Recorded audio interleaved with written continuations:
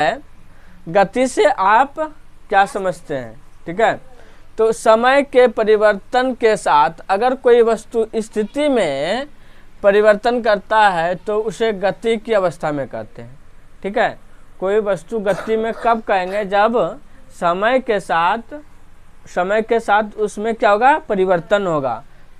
जैसे में क्या होगा, जैसे दौड़ता हुआ लड़का क्या है, गति में है। उड़ती हुई चिड़िया क्या है, गति में है। नहीं, कोई वस्तु अगर कहीं पे रखा हुआ है, स्थिर है, अगर उसमें परिवर्तन मतलब धक्का दिया जाए, खींचा जाए या धक्का दिया जाए और उस वस्तु में परिवर्तन होगा तो वो क्या कहलाएगा, गति कहलाएगा।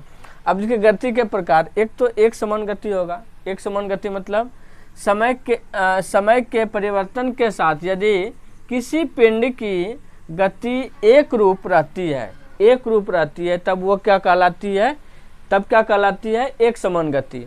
तब उस गति को एक समान गति कहते हैं। जैसे घड़ी की गति क्या कभी अलग अलग होती है क्या, एक समान रहती है उसकी गति हमेशा, तब वो कौन गति कहलाएगी, एक समान गति।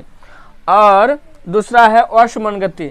समय के परिवर्तन के साथ यदि किसी पिंड की गति एक रूप में नहीं रहती है तो उसे असमान गति कहते हैं। जैसे में क्या है, सड़क पर चलते हुए गाड़ी क्या एक समान गति में जाती है, कभी इधर कभी उधर नहीं, वो एक समान नहीं।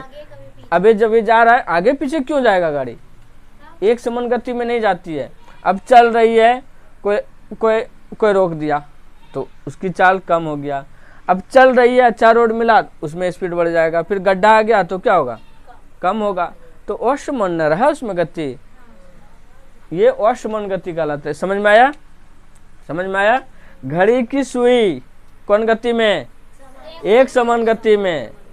और सड़क पर चलते हुए गाड़ी कौन, असमान गति में, ठीक है।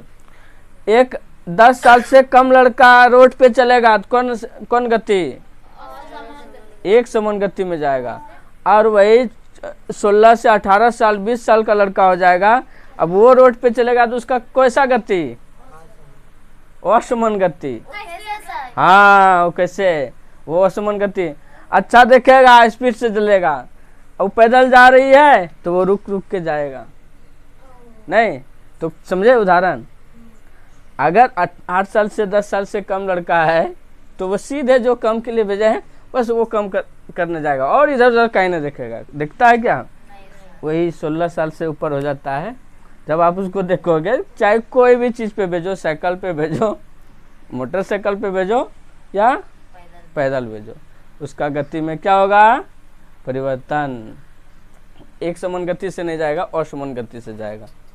समझ में आया क्या। ऐसा नहीं कि लड़का ही, लड़की में भी ऐसा होता है। और घर में पूछेगा इतना लेट कैसे हुआ, बोल देगी कि मेरी सहेली मिला था रास्ते में, सहेली से बात करने लगी। नहीं, कुछ तो कुछ कारण बता देंगे। कारण मत ढूंढो, पढ़ाई करो।